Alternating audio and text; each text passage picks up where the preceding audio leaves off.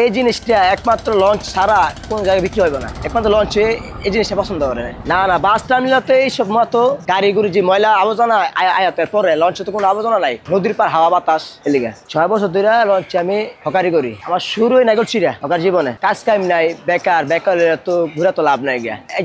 একজন 2 দিন 3 দিন খাওয়াবো, 4 দিন তো আর কে তো আমার খাওয়াবো না, আমাদের একটা কর্ম করে খাইতে হইব, বউ বিটি আছে, বাচ্চা আছে, কর্ম করে খাইতে হইব, এই লেগে এই রে বাচ্চা নিয়েছি ব্যবসা। ওই সময় তো আপনার যাত্রী ভরপুর ছিল, বেচও আরাম পাইছি। এখন প্রত্যাশিত হয়েছে মতো লস, যাত্রীও কমে আসছে, আমার ব্যবসা কিনা কমে আসছে।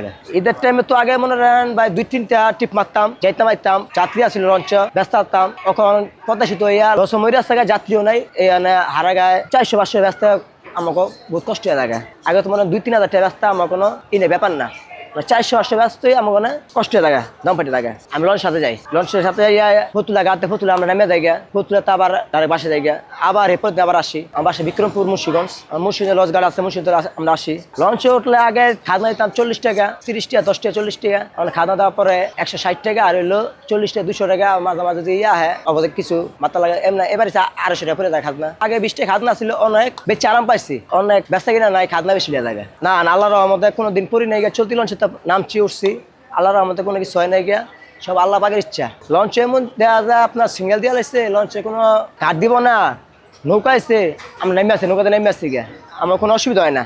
কোনোদিন আমরা যাই না গিয়া, বর্ষা যাই না গিয়া, আজ পর্যন্ত আল্লাহর রহমতে নাই গেলে খালি আমি করাই, মানে সব কিনে আনি। আগে তো মনে হয় তার টাইমে 2-3 হাজার টাকা বাসা নিচ্ছি, অনেক 400-500 টাকার বাসা নিতে কষ্ট হয়, দম ফাইটে থাকে, বেসা কিনা যাত্রী নাই। আল্লাহ যদি হায়তা বাসা লাগে আইতে পারি, আবার না হয় তারি। ফ্যামিলির সাথে যদি আপনি কাটায়, আমার তো পেট তো আর মানতো না, কর্ম করে তো আমাকে খাওয়ানো লাগবো।